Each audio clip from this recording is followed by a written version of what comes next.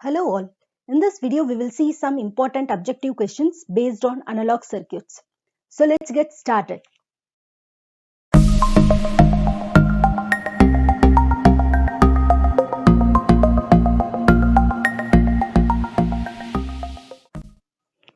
In figure, V1 equal to 8 volt and V2 equal to 4 volt. Which diode will conduct? Here V1 is 8 volt and V2 is 4 volt. To know which diode is conducting, we should know the anode voltage at this point. Let the point be V here. Now let the current flowing at this branch be I1 and this branch will be I2. So it will be the total current here. Let it be I. It is nothing but I1 plus I2. Okay. So when you apply KCL here, I1 will be equal to V minus 8 minus, here we are having some diode breakdown voltage, V minus 8 minus diode breakdown voltage is 0.7 divided by 1K, and I2 will be equal to similarly V minus 4 minus 0.7 divided by 1K, and I equal to, when you apply KCL here, this is V divided by 10K. Okay, we know that I is equal to I1 plus I2. So V by 10K equal to V minus 7.3 divided by 1K plus V minus 3.3 divided by 1K. So in this equation only V is unknown. So when you solve, you will get V equal to 5.5 volt. Okay. So when you compare this anode voltages with respect to V1 and V2, if you see here, the V1 is greater when compared with V. That means D1 is in the forward biased condition. When you compare V2 with V, then D2 is in the reverse bias condition. So only this diode D1 will conduct. So answer is the diode D1 will conduct. Which of the following oscillator is suitable for frequencies in the range of megahertz? For the frequencies in the range of megahertz, Hartley oscillator is suitable because Hartley is the LC type of oscillator. So for the frequency range of megahertz, LC oscillators are very suitable one. Here the RC phase shift and Weinberg are the RC type of oscillators. In an amplifier with a gain of 1000 and feedback factor beta equal to 0.1 had a gain change of 20% due to temperature. The change in gain of the feedback amplifier would be. So this problem is basically relating stability of the feedback amplifier with the gain. You might have known the equation DAF by AF divided by DA by A is equal to 1 divided by 1 plus A beta.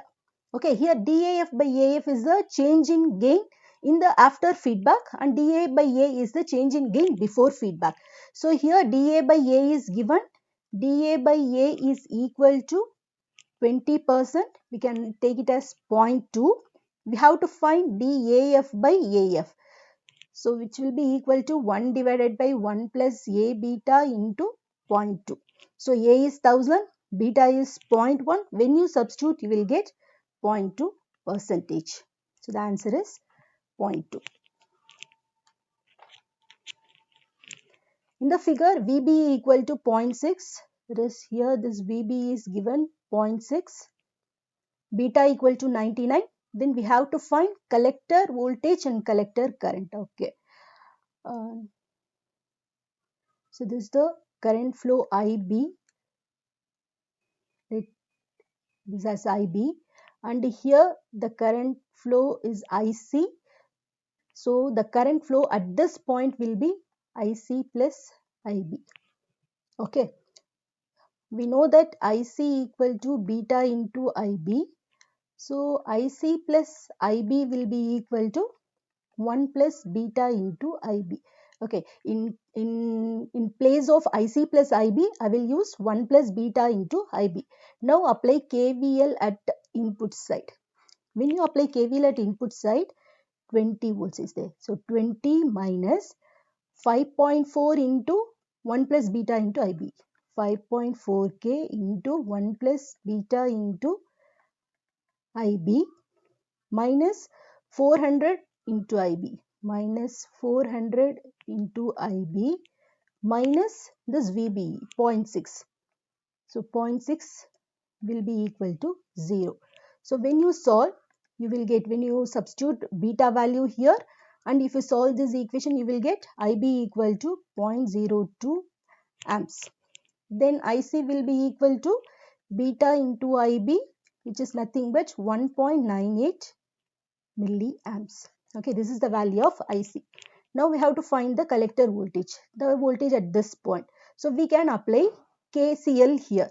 That is 20 minus Vc divided by, only at this branch, 5.4K will be equal to IC plus IB.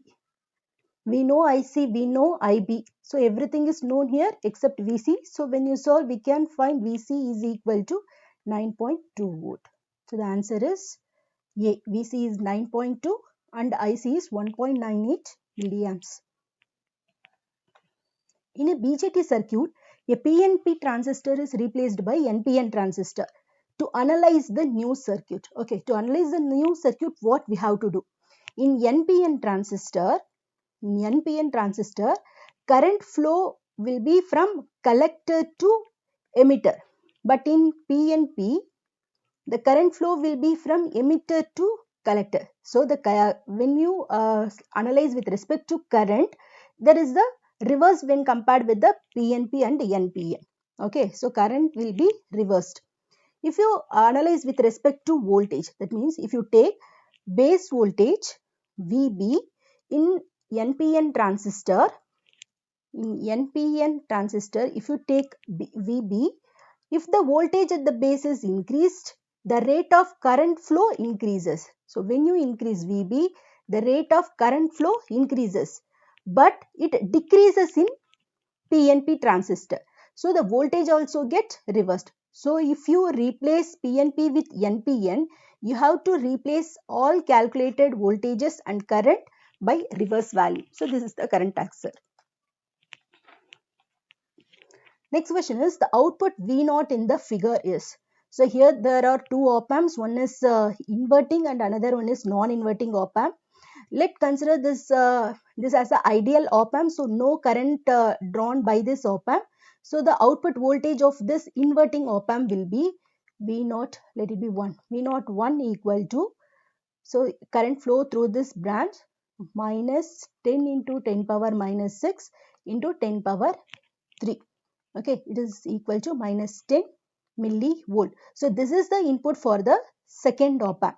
So the second op amp is the non-inverting op amp. The gain of the non-inverting op amp V0 by Vi equal to 1 plus Rf divided by Ri. We have to find V0, it is equal to 1 plus Rf by Ri into Vi. Okay, we know Rf equal to 1 plus, here Rf feedback we have 90K resistor, Ri at input side we have 10K resistor, then Vi will be equal to minus 10 into 10 power minus 3. So when you solve, V0 will be equal to minus 100 millivolt. So this is the answer for this question. Okay, we will see some more questions in our future videos. Till then, stay connected.